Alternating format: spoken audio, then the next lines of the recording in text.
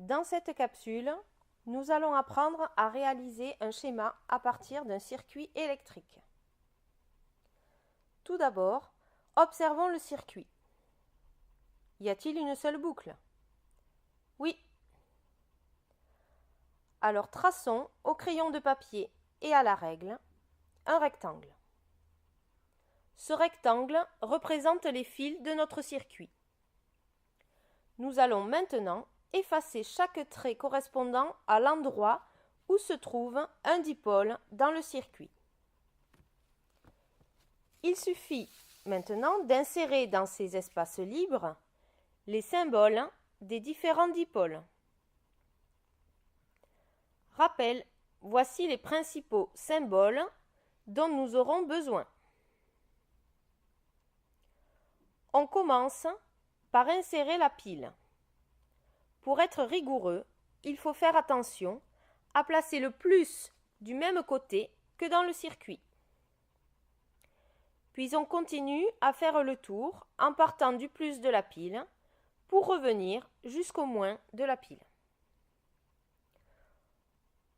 On insère donc ensuite le symbole de la lampe, puis le symbole de l'interrupteur.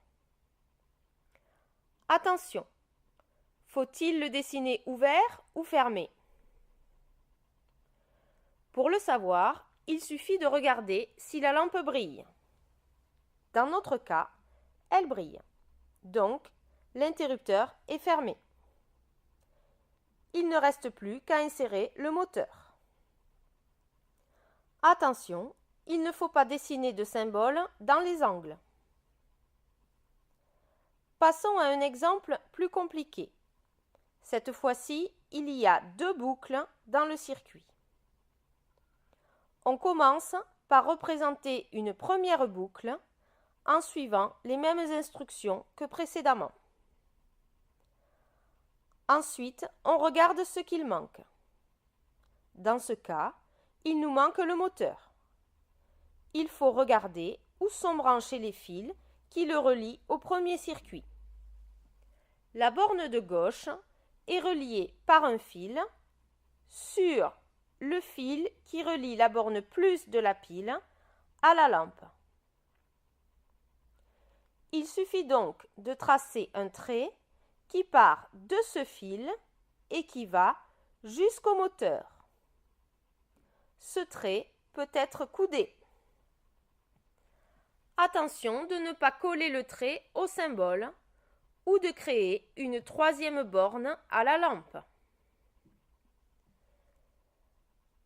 La deuxième borne arrive sur le fil qui relie l'interrupteur à la borne moins de la pile. On trace donc un trait partant du moteur et arrivant jusqu'à ce fil. Ça y est, vous savez maintenant faire un schéma à partir d'un circuit. N'oubliez pas de recopier dans votre cahier le tableau des symboles.